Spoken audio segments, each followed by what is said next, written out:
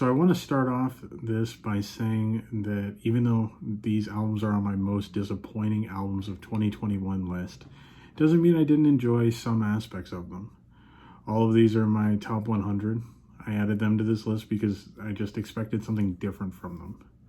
So let's get into it. Here's my 5 most disappointing albums of 2021. I'm going to start off actually with an honorable mention. The first one being Kacey Musgraves' Star-Crossed. So Kacey I've been a fan of since Same Trailer Different Park. Early on I was kind of a closeted fan because it definitely wasn't the kind of music I'd show friends or play in a car with people. Golden Hour kind of changed that though. She got a ton of new eyes on her, and I love the blend of pop and country that she had on it. Star-Crossed, on the other hand, while it wasn't a terrible album per se, it wasn't the sound that I personally wanted from her.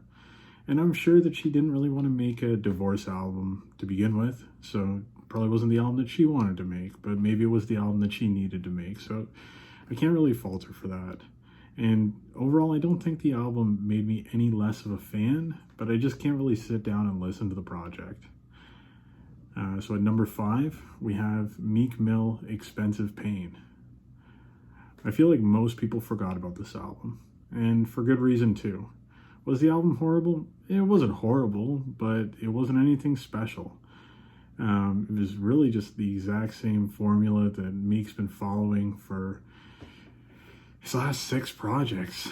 I remember when Meek finally got out of jail and he was talking about unfair incarceration a lot and how he used to be addicted to Percocets, and then he dropped Championships, and it felt like, there were some elements of that earlier sound, but he'd kind of grown up and his music was maturing.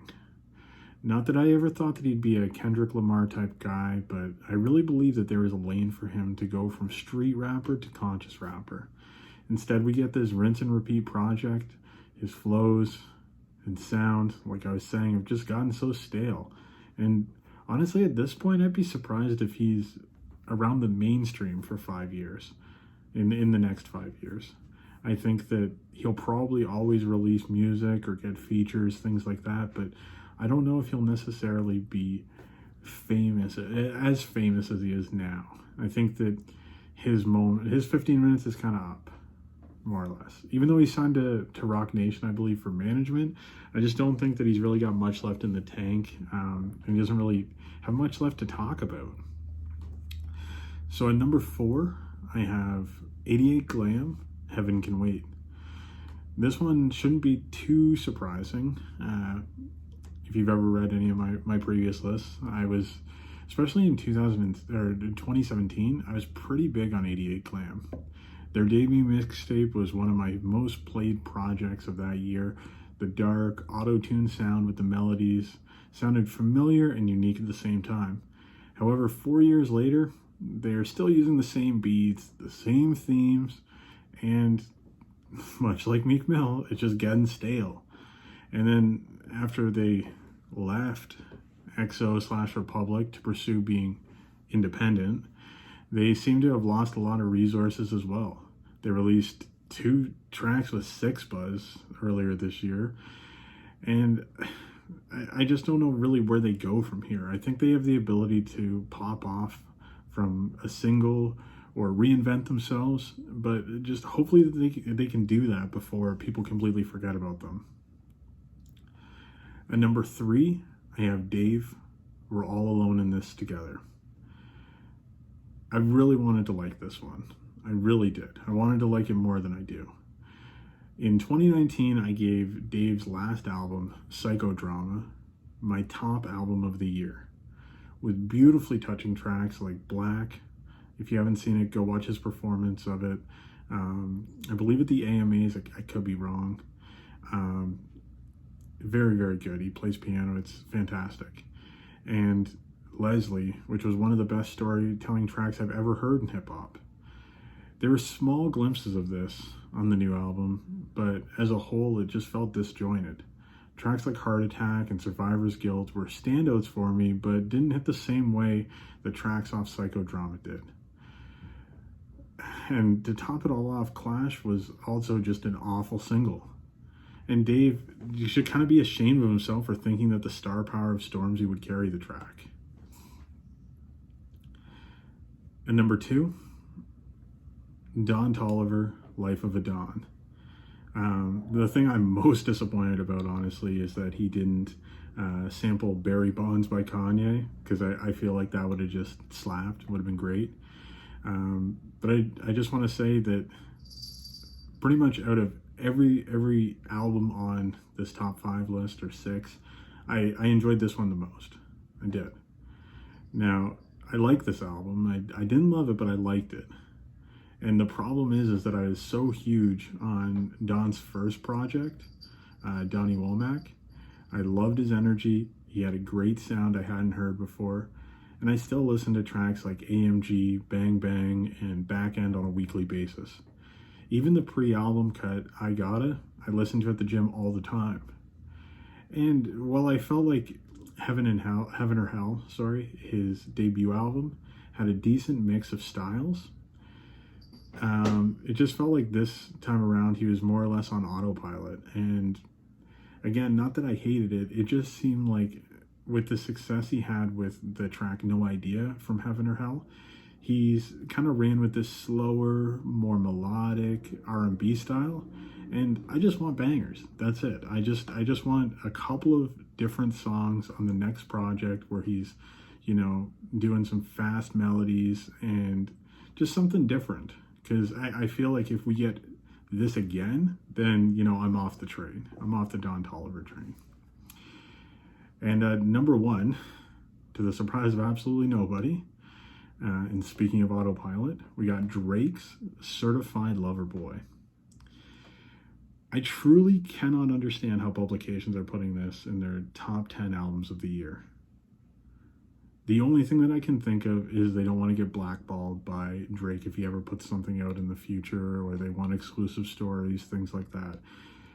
Because this album just came and went. As much as there was a lot of hype between Donda or Certified Lover Boy, most of the people I spoke to in person felt like Certified Lover Boy was just boring. And maybe it's the people I'm around or the circles that I run with, but I've never really had someone throw a track off this album on and just fall in love with it.